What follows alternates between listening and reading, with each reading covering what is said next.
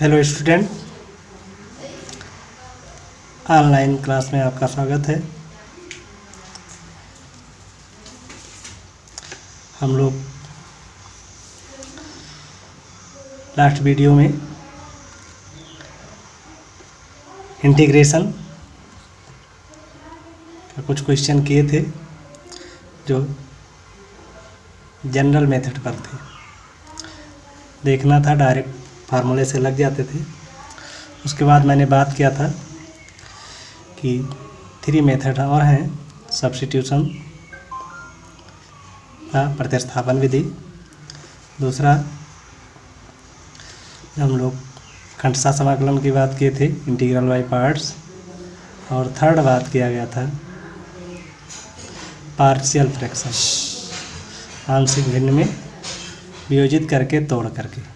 तो आज हम लोग उसी में सब्स्टिट्यूशन मेथड में देखेंगे। सब्स्टिट्यूशन मेथड में क्या करते हैं, the given integral f(x) dx can be transformed into another form by changing the independent variable with x to t।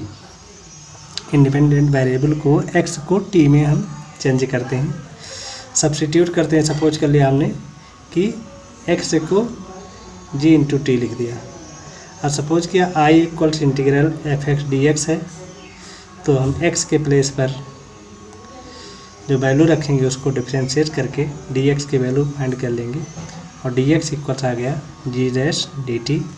अब हमारा जो फंक्शन निकल कर आएगा, जो वैल्यू निकल कर आएगी, i equals integral f(x) dx equals integral f x के प्लेस पर gt और dx के प्लेस पर g डैश t रखेंगे। इस तरीके से सब्स्टिट्यूट हो गए वैल्यू। हम डायरेक्ट इसका जैसे प्रीवियस में किया गया था वैसे सॉल्व कर सकते हैं। इसी में कुछ क्वेश्चन हम लेंगे सब्स्टिट्यूशन मेथड से और देखेंगे कैसे सॉल्व करते हैं।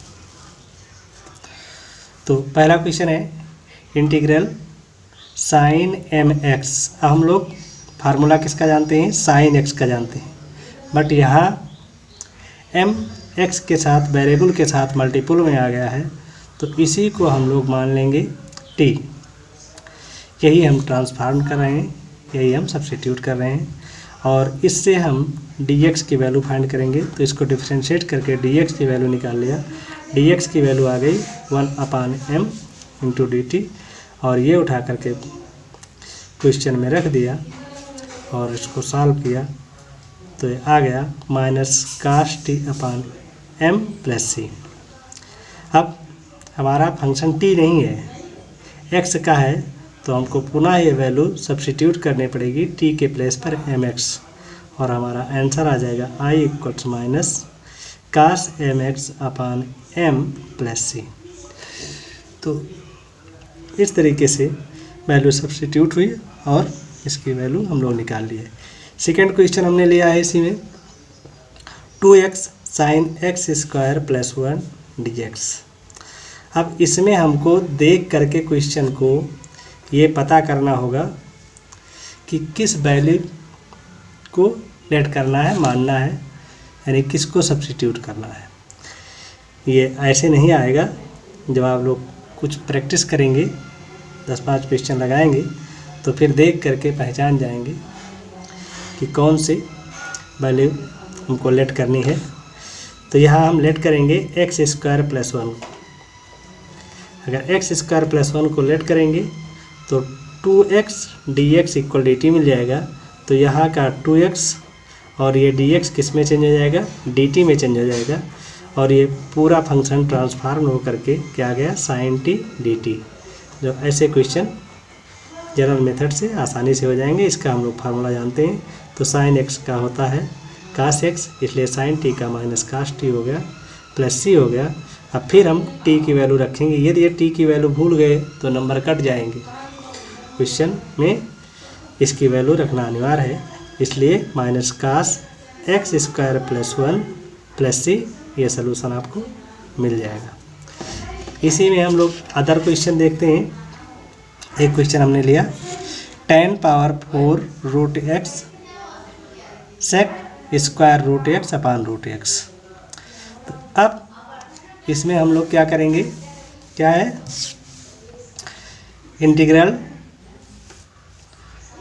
tan power 4 root x sec square root x d x upon root x. सबसे पहले हम रूट एक्स को टी माने और उसको सॉल्व किया तो d x upon root x बन गया 2dt और यह मैंने पुट कर दिया।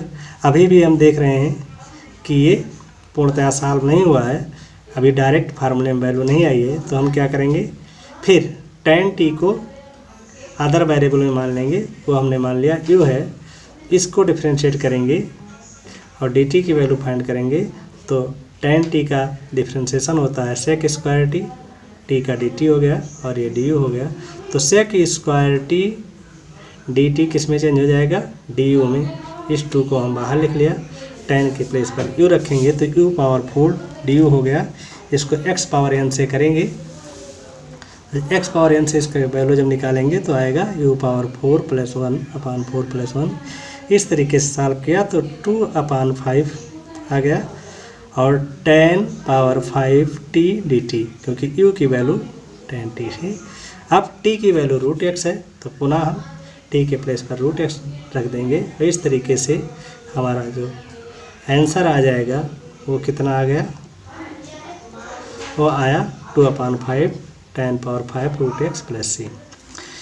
नेक्स्ट क्वेश्चन इसी में हमने लिया है integral sine tan inverse x d x. अब इसको देख करके पहचानेंगे, बताएंगे।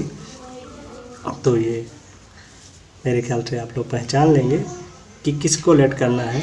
यदि हम tan इनवर्स एक्स लेट कर लें तो 1/1 plus x square D x d t में चेंज हो जाएगा और ये साइन टी में चेंज हो गया, काश टी आया और t की वैल्यू फिर पुट कर देंगे तो ये हमारा आंसर आ जाएगा। नेक्स्ट क्वेश्चन है integral tan x। tan x आगे हम लोग डायरेक्ट फार्मूला लगाएंगे, अभी हम लोग फार्मूला नहीं जानते हैं। तो इसको साइन कास में चेंज कर लिया और साइन कास में चेंज करेंगे और कास x को t मान लिया तो आ गया कास x का minus sine x d x होता है। इसमें से हमने माइनस को इधर लगा दिया, ट्रांसफ़र कर दिया, यानी साइन एक्स डी एक्स की वैल्यू हमारी क्या आ गई, माइनस डी टी आ गई। इसको सॉल्व कर लिया तो लाग टी प्लस सी हो जाएगा और माइनस लाग कास टी प्लस सी, या इसी को हम लिख सकते हैं, क्या लिख सकते हैं, सेक टी प्लस सी, या हमने टी कास टी जो था वो टी के प्लेस पर हमने कास एक्स रख दिया और माइनस चेंज करेंगे तो लाग सेक एक्स हो जाएगा। ये आगे चल करके हम लोग इसको फार्मूले के रूप में डायरेक्ट भी यूज करेंगे, तो इसको ध्यान रखेंगे कि हम लोग फार्मूले के रूप में यूज करेंगे। तो इसको इम्पोर्टेंट लिख लेते हैं हम लोग, ताकि क्वेश्चन के फॉर्म में भी रहेगा और डायरेक्ट फार्मूला भी। नेक्स्ट है सेक एक्स। सेक एक्स है, सेक एक्स का डायरेक्ट हम लोग इंटीग्रेशन नहीं जानते, फार्मूला नहीं पढ़े हैं। तो क्या करेंगे, सबसे पहले sec x plus tan x से हर और अंश में न्यूमरेटर डिनोमिनेटर में हम लोग डिवाइड कर देंगे और sec x plus tan x को t मानेंगे। तो सेक एक्स का होता है सेक एक्स tan एक्स और इसका सेक स्क्वायर एक्स, एक्स है तो डी एक्स हो गया, डी टी हो गया, इसमें कॉमन ले लिया तो ये बन गया sec x tan x plus sec x d x d t. और ये ऊपर की पूरी वैल्यू किस में चेंज हो जाएगी, डी टी में। तो ये आ गया 1/t डी टी जो होता है लाग टी, और इसकी वैल्यू आ गई log sec x plus tan x plus c, यानी सेक एक्स का इंटीग्रल क्या आ जाएगा, log sec x plus tan x plus c. ये भी आगे चल करके एक फार्मूले का रूप लेगा, तो इसको भी हम लोग याद रखेंगे, इसको भी आपको याद रखना है। नेक्स्ट क्वेश्चन है इंटीग्रल साइन क्यूब एक्स और कास क्यूब एक्स। हमने इसको चेंज किया, साइन क्यूब एक्स को sine square x cos cube x, और एक साइन यहाँ से अलग कर लिया।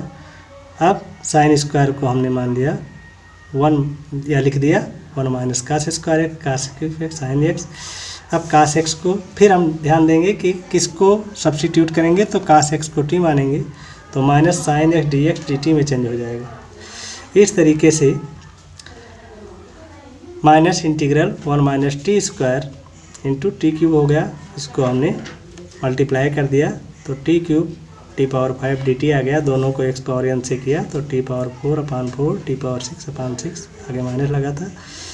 टी की वैल्यू हमने माना था कास एक्स, तो टी के प्लेस पर कास एक्स रख दिया और ये वैल्यू आ गई। फिर हमने माइनस से मल्टीप्लाई किया तो ये पॉजिटिव हो जाएगा, ये निगेटिव हो जाएगा, इसलिए इसको मैंने पहले लिख दिया, ये बाद में लिख दिया। इस तरीके से integral sine cube x cos cube x d x किस में आ गया, कास, इसका आंसर आया cos power 6x/6 plus cos power 4x/4 plus c लगाना ज़रूरी है, ये हम लोग पहले से जानते हैं। नेक्स्ट क्वेश्चन है जो इम्पोर्टेंट है, ऐसे क्वेश्चन पूछे जाते हैं, थोड़ा ट्रिकी होते हैं। साइन इंटीग्रल है साइन x/sin x प्लस ए, तो हमने सब्स्टिट्यूट मेथड से किया है। दूसरा मेथड ये था कि हम इसमें ए ऐड और सब्ट्रैक्ट भी कर सकते थे, तो हमने सब्स्टिट्यूट मेथड लगाया, x प्लस ए को टी माना, D x equal D T आया, तो साइन x के प्लेस पर आ जाएगा टी माइनस ए और ये चेंज हो गया डी टी में। फिर साइन ए माइनस बी का फार्मूला लगाएंगे तो क्या होता है, साइन ए कास बी माइनस कास ए साइन बी, तो ए के प्लेस पर टी और बी के प्लेस पर स्मॉल ए है, ये वैल्यू रख दिया गया और फिर इसको सेपरेट कर दिया गया, तो ये निकल कर आ गया। इसको सॉल्व किया गया तो आ गया x cos a minus log sine x plus a sine a plus c dash. यहाँ पर हमने पहले सी कांस्टेंट लिया था बट इसमें डबल कांस्टेंट मिल गए, यहाँ पर भी जब हम इसको सॉल्व करेंगे तो ए कास ए भी कांस्टेंट ही है, तो इन दोनों कांस्टेंट को मैंने क्या किया, एक साथ कर दिया, एक साथ कर करके यहाँ पर नया कांस्टेंट बना दिया गया है और नया कांस्टेंट मैंने सी डैश ले लिया। इसी में एक इम्पॉर्टेंट क्वेश्चन और है, तो ये सी डैश तक हो गया। अब इसी में नया क्वेश्चन एक जो हमारा है वह integral 1/1 plus tan x dx, इसको साइन कास में चेंज करेंगे। साइन कास में चेंज किया तो कास अपान कास एक्स प्लस साइन एक्स हुआ, फिर 2 से मल्टीप्लाई डिवाइड करके कास को ब्रेक किया, 2 कास एक्स को कास एक्स लिखा और उसमें साइन ऐड किया, सब्ट्रैक्ट किया, फिर इसको अलग अलग कर दिया, सेपरेट किया, तो एक इसका कैंसिल हो जाएगा, 1 dx बचेगा। यहाँ कास एक्स माइनस साइन एक्स, कास एक्स प्लस साइन एक्स, कास एक्स प्लस साइन एक्स को टी मानेंगे तो हमारी ऊपर की ये वैल्यू मिल जाएगी।